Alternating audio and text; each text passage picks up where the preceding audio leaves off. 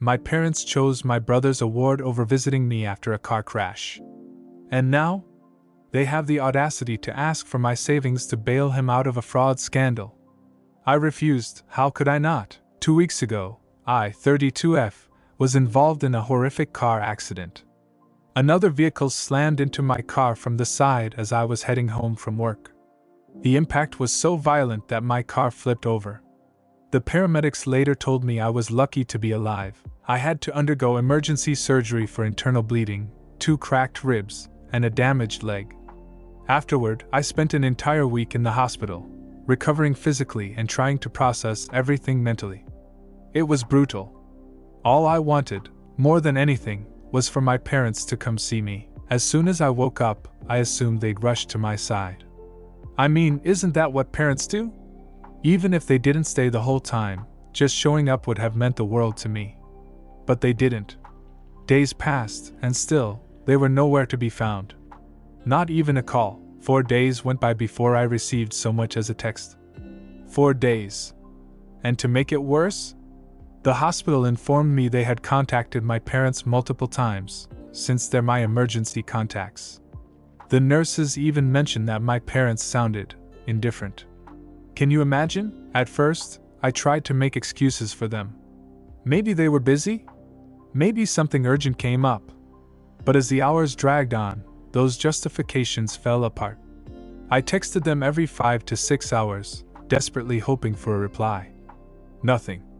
Every day in that hospital felt like a nightmare. Thankfully, I wasn't entirely alone.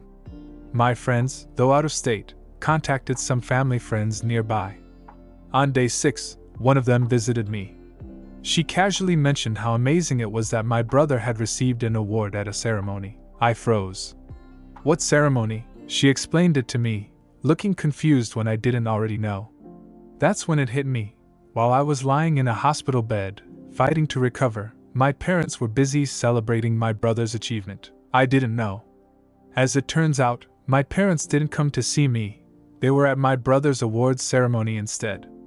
Yes, they knew I was in the hospital. They were fully aware of what had happened. But rather than helping me through one of the most challenging times of my life, they chose to focus on his big day. They were so busy preparing for his event, basking in the pride and glory of his moment, that they couldn't even bother to check on me. Not a visit. Not even a timely phone call. Their priority was clear. Their son's achievements mattered more than their daughter's survival. Let me be clear before anyone accuses me of jealousy. I admire my brother. I really do. I understand why they're proud of him. He's incredibly talented and works hard for everything he's accomplished. He's the golden child, always has been. And that's precisely the problem. Since we were kids, he's been showered with admiration for everything he does, while I've mostly gone unnoticed. He's now a successful professional working for a big corporation, so this award was a huge deal for him. I get that, but still, while I was recovering from surgery, barely making sense of how I survived a near-death experience, a visit or even a call would have been the bare minimum. Was it too much to ask for my parents to show a shred of concern for me? I nearly died. But instead of blinking an eye, they chose to cheer for my brother. The anger, the humiliation, it was overwhelming. I tried to rationalize their actions, but I couldn't. Finally, I decided to confront them. I texted, pouring out my disbelief and pain. I told them how much it hurt that they prioritized my brother's award over my well-being. For the first time since the accident, they replied. And honestly, I wish they hadn't. Their response only deepened the wound. They started by defending their decision, saying they couldn't miss my brother's award because it was a once-in-a-lifetime event. I argued that if they'd just come to see me sooner, they wouldn't have missed the ceremony at all. But then, they stopped trying to justify themselves. They bluntly said it wasn't worth wasting time visiting me when my brother was making the family proud. Those words, God, they stung. It was like I didn't even matter. Like I was an afterthought in their lives. I wish I could say I was surprised, but I wasn't. This is how it's always been. My brother was perfect. As a child, every move he made was praised, every accomplishment celebrated, whether it was a scholarship, a prestigious job, or perfect grades. Meanwhile, I was just there, constantly in the background. Even when I succeeded, it was never good enough. Every mistake I made was treated as a disaster, and I never received the same level of support. It felt like they'd already decided I was a failure, and nothing I did could ever change their minds. A week after my brother's award ceremony, my parents showed up at the hospital, unexpectedly. At first, I was confused. After our last conversation, I had given up on hearing from them again. I knew them well enough to understand that they weren't coming out of concern. They walked in with fake smiles and a bouquet of flowers, trying to make small talk about how I was doing. But their thoughts were clearly elsewhere. I cut to the chase and told them to just say whatever was on their minds because I could already tell it was going to irritate me. Their lack of genuine concern for my survival was offensive enough. I didn't need their empty gestures. That's when my mother broke down in tears and dropped the bombshell. My brother had been arrested for fraud. It turns out he was at the center of a massive fraud scheme at his company. He'd been redirecting funds into his personal investments by falsifying the company's accounts. After an internal investigation, everything was handed over to the police. A coworker had blown the whistle, and my brother was charged with major offenses: wire fraud, forgery, embezzlement, the works. My parents had already drained much of their savings hiring lawyers for him. And now, they were at my hospital bedside, not to check on me, but to ask for my money. They wanted me to use my hard-earned savings, money I'd worked years to save as a project manager in IT, to bail him out. And if that wasn't enough, they even asked if I knew anyone who could help, or pull some strings. I couldn't believe it. At that moment, I didn't feel like their daughter at all, just a tool they could use to fix my brother's mess. The physical and emotional pain I was already enduring? They didn't care. It didn't matter. It was all about him. It was unbelievable. My parents, who hadn't cared enough to visit me in the hospital after my surgery, now turned to me for help. It felt like a slap in the face. When I was lying there, afraid, alone, and in pain, they didn't bother. But now that their favorite child was in trouble, they suddenly needed me. Part of me felt guilty. Maybe I should have stepped in for the sake of my family? But the other part of me was furious. Why should I save the same brother who's always had everything handed to him? My parents have coddled him his entire life, shielding him from consequences. And now, they wanted me to do the same? I refused. I told them plainly that I wouldn't help, even if I had the money. I reminded them who they truly cared about.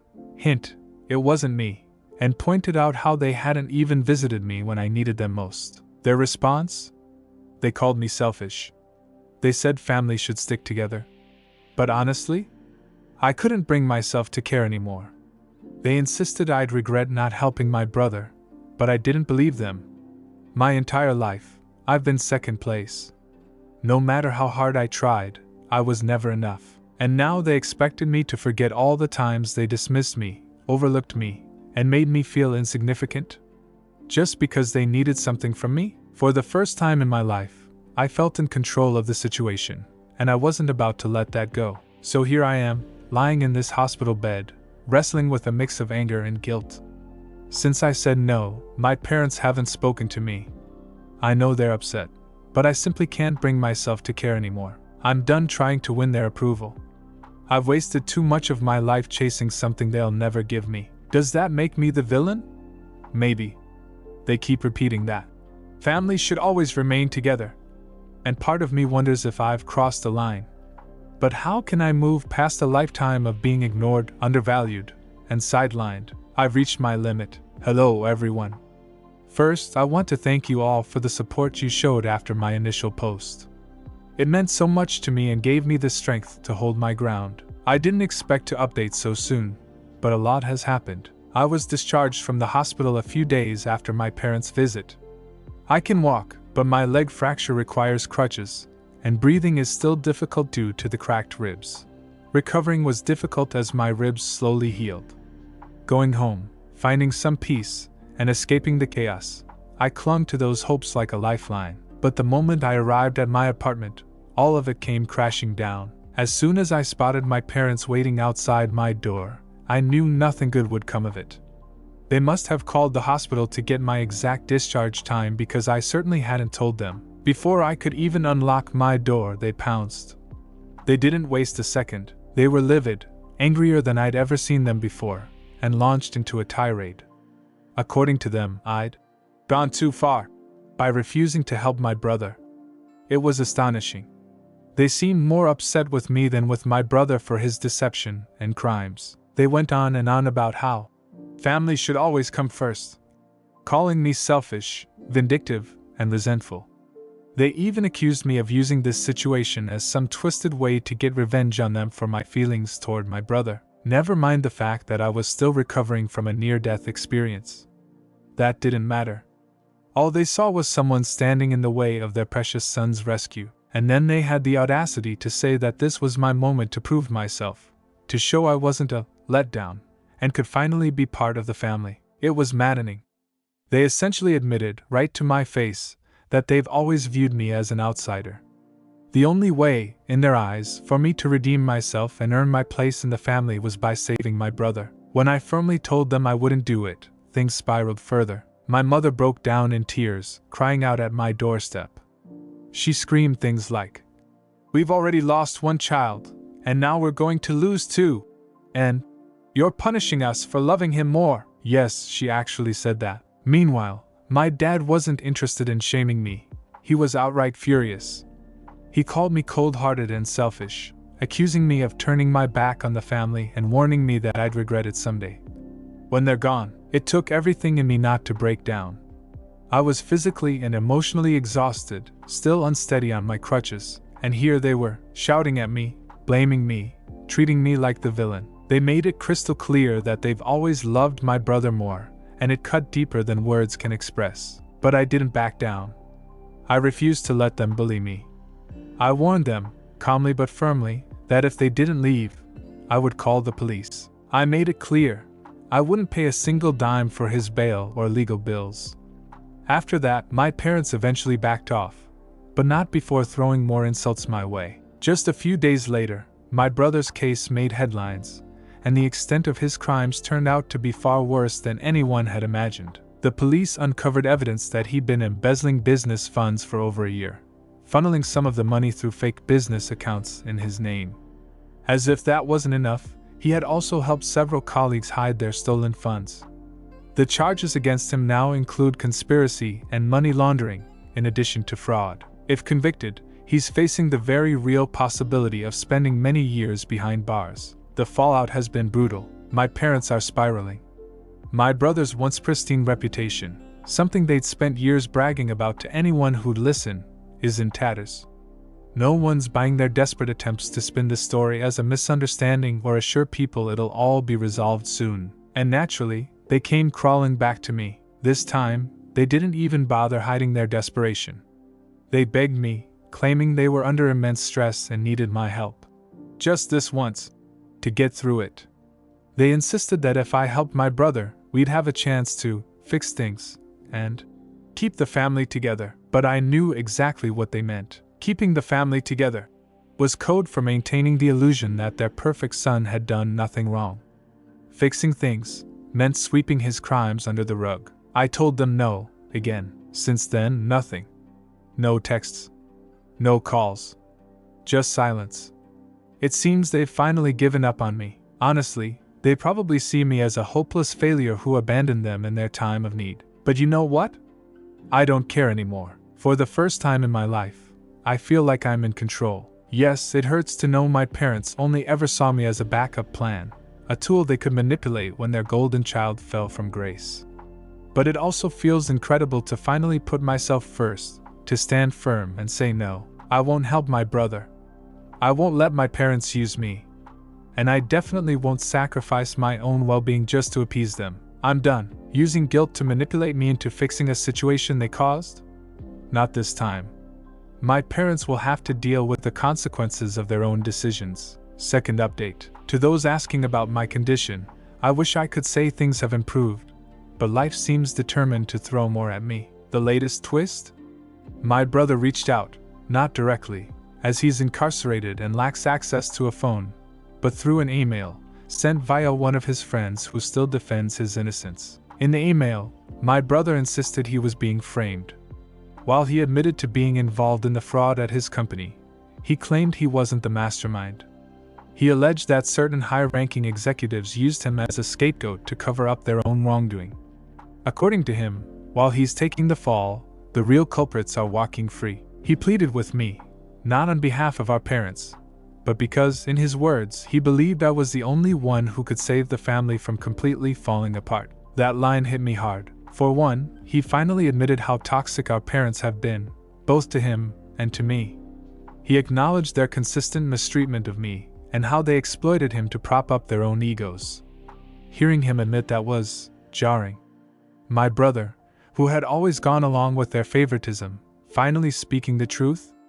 It was unexpected, but at the same time, I couldn't shake the feeling that he was saying whatever he thought might convince me to help him. He leaned heavily on the same refrain I've heard from my parents, that I had a duty to save the family. I found myself questioning everything. Could he be telling the truth? What if he really was being set up? What if I was wrong about how deep this went? Despite my promise to myself that I was done with all of this, doubts started to creep in. I decided I needed answers. I reached out to a close friend of mine, a lawyer I trust implicitly. While they couldn't give me a full legal breakdown, as they're not involved in the case, they offered valuable advice on where to look for more information. I began digging. What I found shocked me. My brother's story wasn't entirely false. There was no doubt that my brother was a fraudster, but from my research, it seemed he wasn't the mastermind behind it all.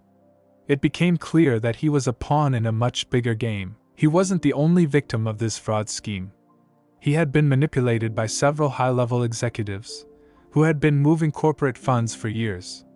Since my brother was responsible for overseeing specific accounts, they made sure he was the one who would be held accountable when everything went wrong. He was left holding the bag because these superiors had deliberately distanced themselves from the actual fraudulent transactions. After uncovering all of this, I was torn.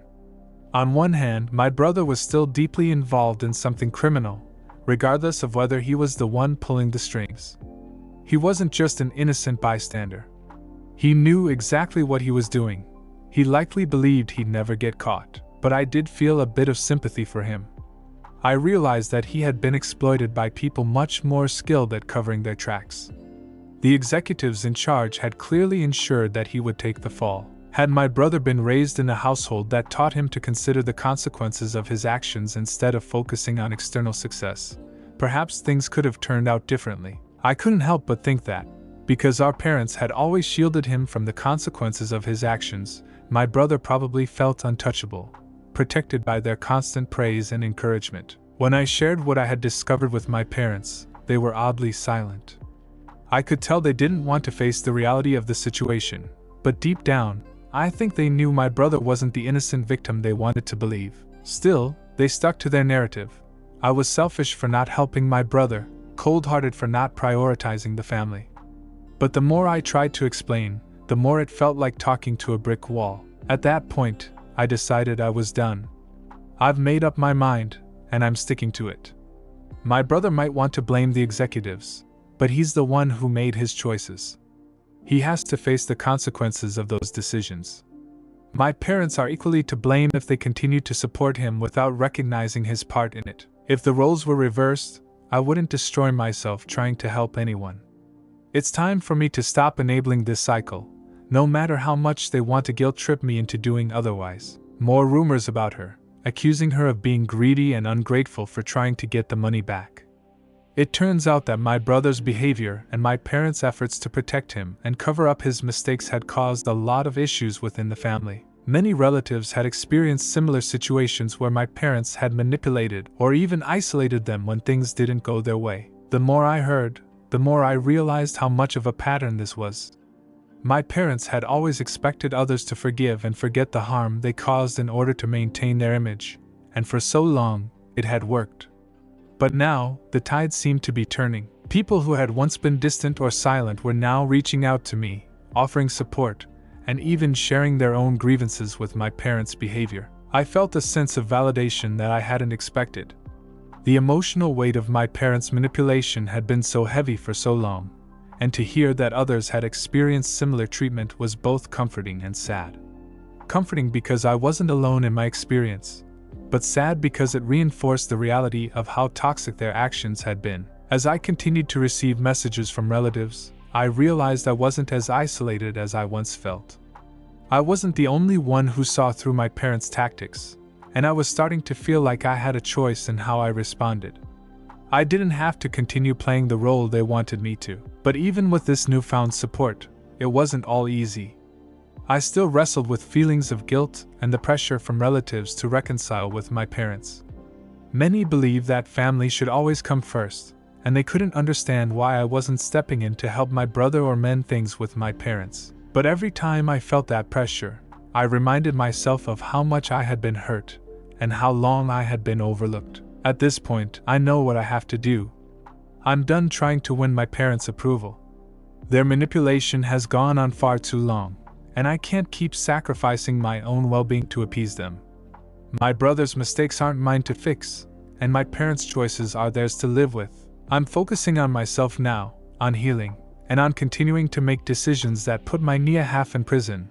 But the scandal continues to haunt the family. The higher-ups who were involved in the fraud, however, have largely avoided significant consequences for now, thanks to their ability to control the narrative and keep things under wraps for so long. Even though my brother's situation is a bit less severe now, the damage has been done. The reputation my parents worked so hard to build around him is shattered, and the family dynamics have been irreparably altered. Many relatives, including those who had previously been quiet or avoided taking sides, now see things much more clearly. The truth about my parents' manipulation is no longer something hidden behind closed doors. Their efforts to control the narrative about my brother and their insistence on protecting him at all costs have left them isolated, not only from me but also from others in the family who were once willing to support them. For me, the entire ordeal has been a painful journey of realization, but one that has ultimately helped me see my worth outside of the distorted lens my parents have always tried to shape for me. I've learned that my boundaries are not just valid, but necessary. I no longer feel the need to chase approval from people who have consistently disregarded me in favor of someone else. I've stopped apologizing for existing outside of their expectations, and I'm finding peace in living for myself. As for my brother, while I don't condone what he did, I'm no longer letting his actions, or my parents, define my own sense of self-worth. I've made the decision to step back from the drama and the toxicity they've created, and I'm focusing on the life I've built for myself. I've learned that it's okay to put myself first, and that no one, especially family, should have the power to make me feel small or unworthy. It sounds like this experience has been a turning point in your life, and it's heartening to hear that you've found strength in setting boundaries, especially when it comes to toxic relationships. Despite the heavy toll your family's actions have taken on you, you've gained clarity and a sense of autonomy that many people struggle to achieve. It's also inspiring that, despite the hurt and betrayal, you've found support in unexpected places and are beginning to form deeper connections with relatives who previously didn't speak up. Your decision to cut off toxic family dynamics and stop being manipulated is both courageous and empowering. Choosing to prioritize your well-being and mental health over the demands of others, especially when they've treated you poorly, is not only a sign of growth but of reclaiming control over your own life. It's commendable that you've found peace in that and are now surrounded by people who truly support and appreciate you for who you are. As for your brother, it seems that despite his acknowledgement of the situation, you're rightfully cautious about how much it will truly change him in the long run. People don't always change just because they face consequences, and it sounds like you're protecting yourself by focusing on your own healing rather than trying to fix someone who hasn't taken full responsibility. Keep forging ahead on this path to self-discovery and independence, and continue leaning into those who truly have your back. You're well on your way to creating a more positive and fulfilling life for yourself, away from the dysfunction of the past.